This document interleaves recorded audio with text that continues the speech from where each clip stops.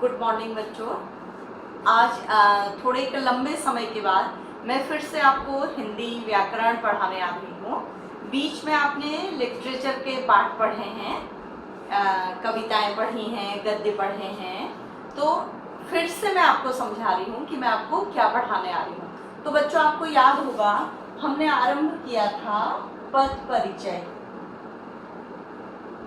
और उसमें मैंने आपको 2 पाठ पढ़ाए थे। उस समय संज्ञा और सर्वनाम। उसके बाद आपको किसी और मैम के द्वारा विशेषण पढ़ाया गया था। तो बच्चों, ये सब संज्ञा, सर्वनाम तथा विशेषण पद परिचय का ही पाठ थे, जिनमें आपको अलग अलग बताया होगा कि संज्ञा में हमें किन किन विशेषताओं पर ध्यान देना होता है। जैसे संज्ञा में हम अगर पद परिचय, मान लीजिए हमें राम का पद परिचय करना है, तो हमें राम की पहले लिखना पड़ेगा कि ये संज्ञा है, संज्ञा का कौन सा प्रकार है, इसका वचन क्या है। जैसे बच्चों याद करो कि राम कौन सा वचन है, एक वचन है। और फिर लिंग, जेंडर क्या है, पुल्लिंग है। और कारक, कर्ता कारक है। और इसका अपनी क्रिया से क्या संबंध है, इतने पॉइंट्स हमको संज्ञा में ढूंढने थे। और ऐसे ही सर्वनाम में भी, जैसे हम वह का पद परिचय करें, मैं आपको रिवाइज करा रही हूँ, याद करा रही हूँ। तो वह का पद परिचय देना है, तो उसमें भी हमें सर्वनाम का प्रकार, इसका वचन, जेंडर, लिंग, और कारक और कर्ता से या क्रिया से इसका सर्वनाम का क्या संबंध है, ये स्वयं करता है, और क्रिया से ये किस प्रकार से संबंधित है, ये बताना होता है। यानी कि हमें 5 पॉइंट बताने होते हैं, संज्ञा में भी और सर्वनाम में भी। तो इसी तरह से आपको विशेषण में भी क्लियर किया गया होगा कि आपको क्या क्या बताना होता है। ठीक है बच्चों, तो आज हम पद परिचय के अगले पॉइंट या अगले जो उसका भाग है, उसमें क्या क्या चीजें आती हैं, उसकी ओर चलते हैं बच्चों। वो है क्रिया। तो क्रिया आपके लिए कोई नया पाठ नहीं है, और हमेशा से मुझे तो लगता है आप 6, 7, 8 किसी न किसी क्लास में आपने क्रिया के बारे में पढ़ा होगा। लेकिन फिर भी पद परिचय का एक अहम भाग है क्रिया। तो हमें आज क्रिया को जानना होगा और अच्छी तरह से समझना होगा, ताकि हमारे लिए ये याद करने की चीजें न रहें। हम टेक्निकली इनको इतनी अच्छी तरह से समझ जाए बच्चों कि हमें परीक्षा में कोई दिक्कत ना हो। तो आज हम समझते हैं क्रिया को। आप क्रिया को अंग्रेजी में भी पढ़ते हैं, और जब आपने 6, 7, 8 में संस्कृत पढ़ी होगी, तब भी आपको क्रिया पढ़ाया गया होगा। लेकिन संस्कृत में क्रिया को कहा जाता है धातु, और अंग्रेजी में कहा जाता है वर्ब। तो आज हम क्रिया के बारे में, उसकी परिभाषा, उसके उदाहरण, उसके भाग और उसके काल सब पढ़ेंगे। तो ध्यान दीजिएगा, ठीक है। और जो आपको लिखित काम करना है, वो मैंने कक्षा के साथ अटैचमेंट्स में भेजा है, तो उसको कॉपी में लिखिएगा। बच्चों, पता नहीं आप पीछे अच्छी तरह से काम कर रहे हैं या नहीं कर रहे हैं, लेकिन आपको इस समय को देखते हुए और इस विशेष परिस्थिति को देखते हुए अपना काम अच्छी तरह से पूरा करना है, और समय के अकॉर्डिंग अपने को चेंज भी करना है कि हम वीडियो के माध्यम से आपको पढ़ा रहे हैं, और आपकी ड्यूटी होती है कि अपना काम पूरा रखें। तो बच्चों, हम क्रिया आरंभ करते हैं। क्रिया की सबसे पहले हमको क्या जाननी होगी, परिभाषा।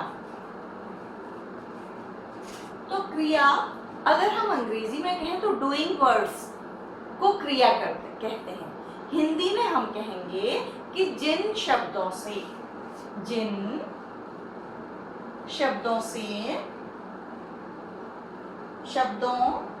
से काम का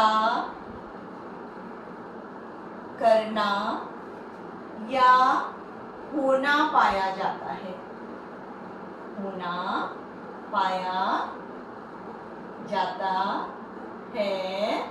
उन्हें क्रिया कहते हैं।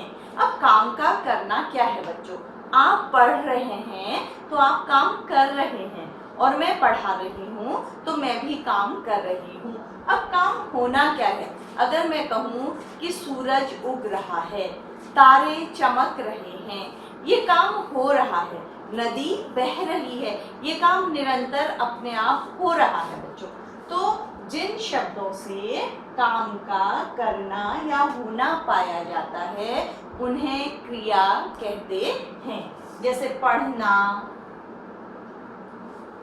खाना, सोना, ये क्रिया के लिए एक एक शब्द हैं। जब हम कहते हैं पढ़ना तो आप देखिएगा कि हमारे सामने एक पिक्चर आ जाती है कि कोई पढ़ रहा है। सोना तो सोता हुआ व्यक्ति हमें दिखाई देता है। मतलब जिन शब्दों से हमें किसी काम के करने या होने का बोध हो उन्हें क्रिया कहा जाता है। तो बच्चों ये आपको अच्छी तरह समझ में आ गया होगा। ये पद परिचय में कैसे आएगा, आपको कैसे करना होगा, ये पाठ के अंत में फिर मैं आपको ये भी बताऊंगी। अब जैसे हम इसे वाक्य में लें तो वह सो रहा है, तो ये सो रहा है क्या है? क्रिया है, और ये क्या है? सर्वनाम। ठीक है बच्चों, तो वह करता है जो सोने का काम कर रहा है, तो वह सो रहा है, ये क्रिया को होते हुए दर्शा रहा है। ठीक है, अब हम क्रिया के भेद लेंगे। क्रिया के मुख्य रूप से दो भेद होते हैं जो कि उसके कर्म पर आधारित होते हैं। कर्म के आधार पर क्रिया के दो भेद होते हैं। अच्छी तरह से ध्यान दीजिएगा। अकर्मक क्रिया, अकर्मक क्रिया तथा सकर्मक क्रिया। सकर्मक क्रिया आप भी अपनी कॉपी में ऐसे ही लिखिएगा। ऐसा करने से बच्चों याद हो जाता है। ये जो पिक्चर होती है ये दिमाग में आ जाती है कि हमने इसके दो भेद किए हैं और ये एक लंबे समय तक याद रहता है। तो बच्चों अकर्मक क्रिया। अब कर्म क्या है? कर्म है ऑब्जेक्ट। मान लीजिए मैं कह रही हूँ मैं छात्रों को देख रही हूँ या मैं छात्रों को पढ़ा रही हूँ, तो मेरा ऑब्जेक्ट क्या है? छात्र। आप अध्यापिका को देख रहे हैं तो आपका ऑब्जेक्ट क्या है? अध्यापिका। आपको समझ में आ रहा है? तो इसी पर आधारित है हमारी क्रिया के दो भेद। तो सबसे पहले अकर्मक क्रिया। एक उपसर्ग है जो शब्दों के अर्थ को क्या कर देता है? उल्टा। ठीक है, तो अकर्मक, कर्मक मतलब कर्म से युक्त, अकर्मक मतलब जिसमें कर्म नहीं है। तो क्रिया के ऐसे वाक्य, ऐसी क्रिया जिनमें कर्म नहीं है वो क्या कहलाते हैं? अकर्मक क्रिया कहलाते हैं। तो इसकी छोटी सी परिभाषा होगी कि जिन वाक्यों में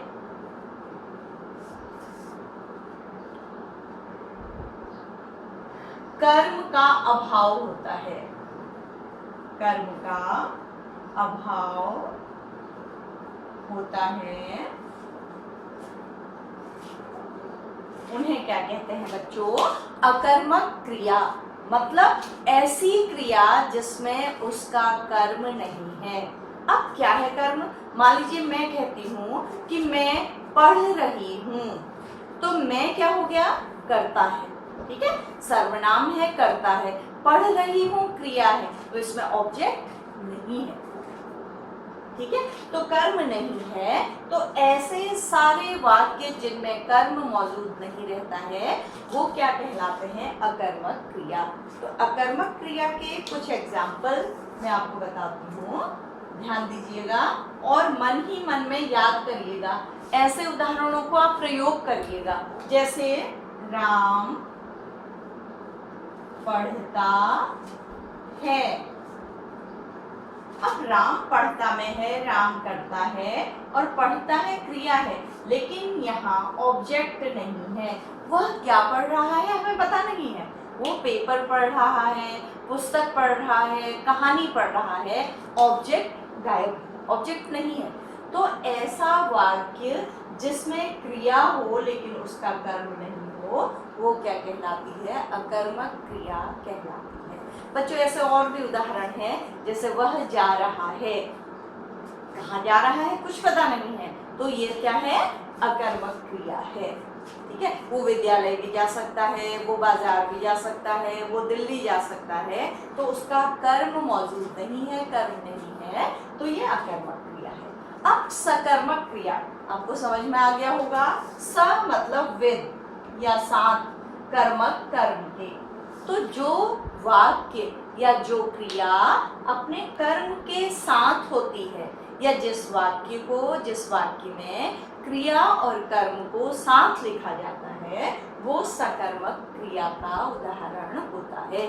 जैसे यहाँ हम कहते थे कि राम पढ़ता है, यहाँ हम क्या लिखेंगे कि राम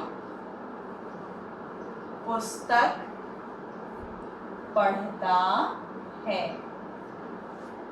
ध्यान दीजिएगा कि हम क्रिया का पद परिचय कर रहे हैं, लेकिन ये है क्रिया, लेकिन इसका ऑब्जेक्ट इसके पास है, तो ये क्रिया कैसी मानी जाएगी? सकर्मक क्रिया मानी जाएगी।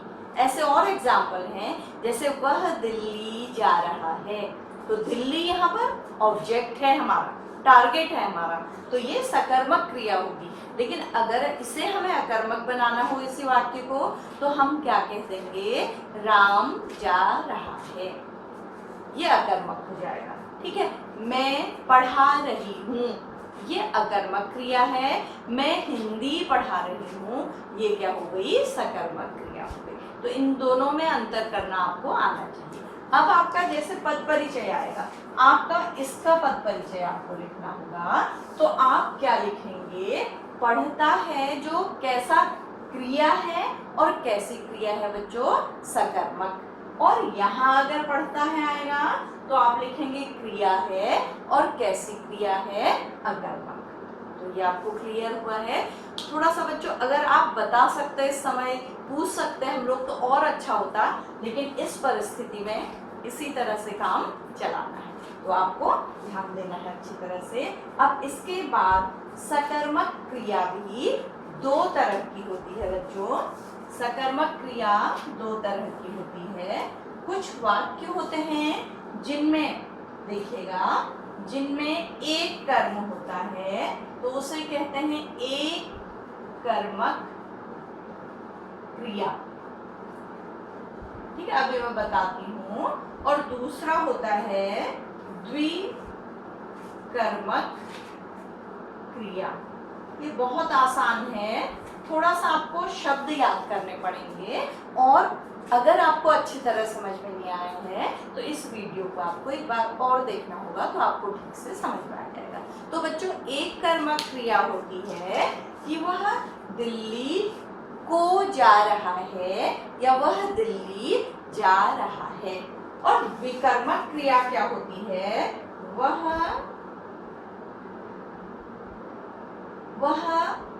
दादा जी को दवा देगा। अब देखिए इसमें ये द्विकर्मक क्रिया कैसे है? एक कर्म दादाजी है इसमें, एक कर्म दूसरा क्या है? दवा। अब कर्म की एक पहचान और है कि उसके आगे को आता है, को विभक्ति चिन्ह आता है, और ये को कभी कभी छिपा भी होता है, इसकी जरूरत वाक्य में नहीं होती है। जैसे मैं भोजन खाती हूँ या मैं भोजन को खाती हूँ, जरूरी नहीं कि हम को लगाएं। कई जगह आवश्यक रूप से को लगता है और कहीं पर को की आवश्यकता नहीं होती है। तो ये देखिए, वह दादाजी को दवा देगा, तो इसमें कर्म कितने हैं? दो। अगला हम लिखते हैं कि द्विकर्मक क्रिया का, एक कर्मक क्रिया तो आपके लिए आसान है, द्विकर्मक क्रिया देखिएगा, नेता जी छात्रों को प्रमाण पत्र देते हैं। बच्चों बिंदी का बहुत ध्यान रखिएगा। जब भी मैं आपको फिर बताती हूँ कि जब भी हमारी नाक में ध्वनि जाती है तो शब्दों के ऊपर क्या होती है, बिंदी होती है। ये मैं आपको पहले भी बताती रही हूँ। आप इन बिंदियों का ध्यान नहीं देते, इनके बिना हिंदी क्या हो जाती है, गलत हो जाती है। ठीक है, अब देखिए इसमें दो कर्म कैसे हैं, छात्रों को एक कर्म और प्रमाण पत्र दूसरा कर्म। देखिए अगर हम इसे इस तरह से पढ़ें, नेताजी छात्रों को प्रमाण पत्र को देते हैं, तो ये द्विकर्मक क्रियाएं हैं। ऐसे बहुत से उदाहरण होते हैं, जैसे आजकल वह मजदूरों को खाना दे रहा है, तो इसमें मजदूरों को एक कर्म है और खाना दूसरा कर्म है, तो ये द्विकर्मक क्रिया है। अब आपको मान लो देते हैं, इस क्रिया का पद परिचय लिखने को आएगा, तो आप क्या लिखेंगे कि ये द्विकर्मक क्रिया है। तो क्रिया में और क्या क्या चीजें होती हैं, अब मैं ये आपको बताती हूँ।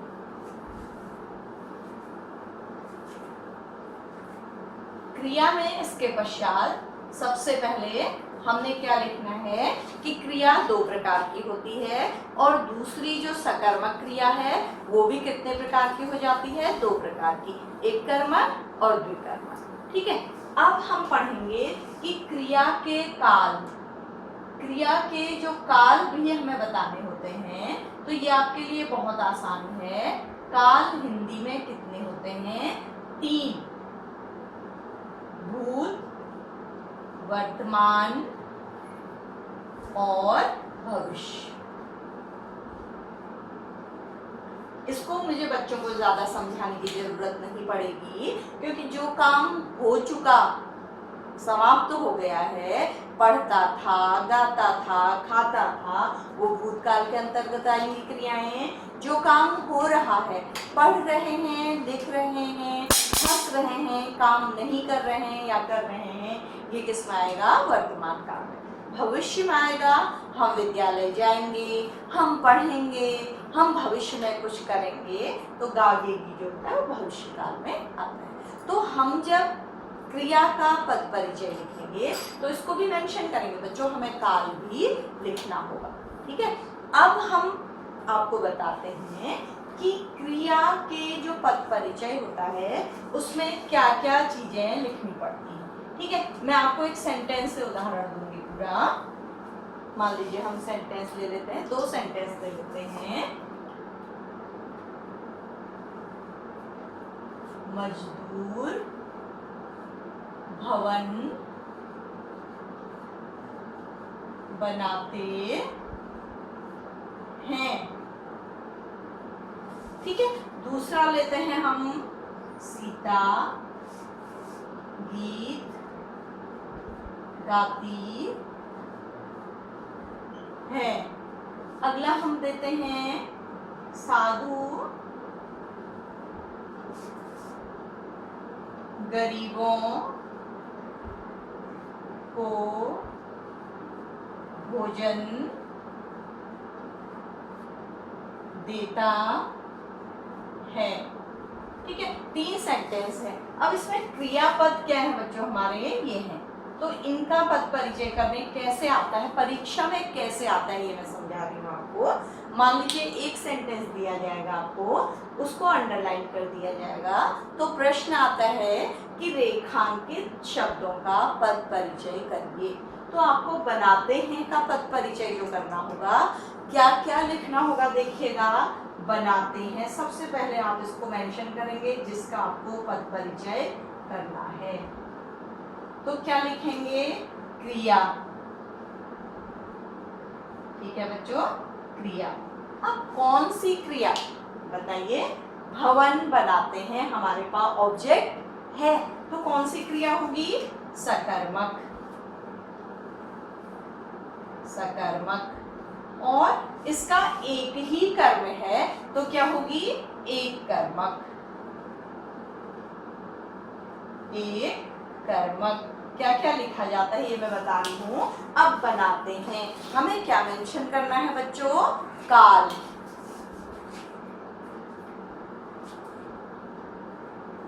ठीक है, अब मजदूर में जो हमारा लिंग है वो अनजान है, हमें पता नहीं है, तो लिंग यहाँ पर मेंशन नहीं होगा। उभय लिंग भी लिख सकते हैं, लेकिन यहाँ पर लिंग लिखना जरूरी, जेंडर पता नहीं चल रहा है कि मजदूर मियां है या मजदूर, कुछ पता नहीं चल रहा है, तो इसमें हम छोड़ दें। ठीक है, इसके पश्चात हम लिखेंगे कि ये जो है मजदूर कर्ता की क्रिया, मजदूर कर्ता की क्रिया। तो इतने पॉइंट हमको इसमें मेंशन करने पड़ेंगे, तब हमारा पद परिचय पूर्ण होगा। अब हमें इसको ले लेते हैं, गाती है। ठीक है, या हम इसको यहाँ पर कर्म को हटा देते हैं, सीता गाती है, तो ये दूसरे तरह का हो जाएगा थोड़ा। तो अब हमें पद परिचय किसका करना है बच्चों, गाती है का। ठीक है, गाती है का जो हम पद परिचय करेंगे, पहले हम लिख लेंगे गाती है। तो सबसे पहले हमें क्या लिखना होगा बताइए, क्रिया। ठीक है, कौन सी क्रिया, अकर्मक, क्योंकि कर्म अभी था, फिर मैंने क्या किया, हटा दिया कि एग्जाम्पल क्या हो जाएगा, थोड़ा सा बदल जाएगा। ठीक है, अकर्मक। अब इसमें काल कौन सा है, वर्तमान। ठीक है, और लिंग या जेंडर कौन सा है, स्त्रीलिंग। ठीक है, और फिर लिखेंगे सीता कर्ता की क्रिया, सीता कर्ता की क्रिया, या सीता कर्ता से संबंधित। एक चीज इसमें रह गया है, वचन, वो है एक वचन, तो हम उसको भी मेंशन करते हैं, एक वचन। तो अगर यहाँ पर होता लड़कियां गाना गाती हैं, तो क्या हो जाता, ये बहुवचन हो जाता। तो बहुत आसान है बच्चों, अगर एक बार आप सीख लेंगे तो आराम से ये काम हो जाएगा। अब हम इसमें मान लीजिए देता था कर दें, सारे वर्तमान काल के उदाहरण हो गए, देता था। अब हम देता था, तो इसको अगर हम लिखेंगे तो ये बच्चों हम कहेंगे साधु गरीबों को भोजन देता था। तो हमें इसमें देता था में सबसे पहले इसको लिखना पड़ेगा क्रिया। ठीक है, फिर लिखना पड़ेगा सकर्मक क्रिया, क्योंकि यहाँ भोजन कर्म है। ठीक है, सकर्मक क्रिया, फिर एक कर्मक क्रिया, और फिर लिंग, पुल्लिंग, और फिर हमारा काल, भूतकाल, और फिर आएगा साधु क्रिया की क्रिया का जो है साधु कर्ता की क्रिया। तो इस तरह से ये हमारा क्रिया का पद परिचय हो गया। तो आपको एक जगह अलग से लिखना पड़ेगा कि संज्ञा में आपको किन किन पॉइंट्स को लेना है, सर्वनाम में किन किन पॉइंट्स को लेना है, विशेषण में क्या क्या लिखना है, और क्रिया में आपको क्या क्या लिखना है। और बच्चों सबसे इम्पोर्टेंट बात एक और है जो हमारे बच्चे गड़बड़ करते हैं कभी कभी, वो संज्ञा, जैसे संज्ञा शब्द होगा, साधु का पद परिचय करना होगा, तो इसमें क्रिया भी लिख देते हैं, सर्वनाम भी लिख देते हैं, विशेषण भी। तो बच्चों याद रखिएगा कि मान लो साधु संज्ञा है तो वो सर्वनाम और विशेषण कभी नहीं हो सकता है, ये याद रखिएगा। और जैसे जो क्रिया है, मान लीजिए देता है, गाती है, बनाते हैं, तो ये संज्ञा और सर्वनाम कभी नहीं हो सकते। ये आप लोग कभी कभी गड़बड़ा जाते हैं, इसलिए इनको इतनी अच्छी तरह से समझाया जा रहा है कि आप चीजों को अलग अलग कर सकें। क्रिया कभी भी संज्ञा की पद परिचय में नहीं, उसको नहीं मेंशन किया जा सकता, मतलब हम इसमें संज्ञा नहीं लिख सकते। तो बच्चे ऐसा करते हैं, इसमें संज्ञा भी लिख देंगे, इसमें विशेषण भी लिख देंगे, इसमें क्रिया भी लिख देंगे, सब लिख देंगे, तो सब एक साथ नहीं हो सकते। संज्ञा का पद परिचय अलग होता है, सर्वनाम का अलग होता है, और क्रिया का अलग होता है। तो आज हमने पद परिचय के बारे में थोड़ा सा जाना, फिर संज्ञा, सर्वनाम और विशेषण के पद परिचय में हम किन किन तत्वों को लेते हैं ये जाना, फिर क्रिया को समझा, उनके भेदों को समझा और उसके पद परिचय के बारे में जाना। तो मुझे उम्मीद है बच्चों आपको समझ में आ गया होगा और आप फॉलो भी कर रहे होंगे इन चीज़ों को, और अगर एक बार समझ में नहीं आ रहा होगा तो बार बार पढ़कर याद भी कर रहे हैं।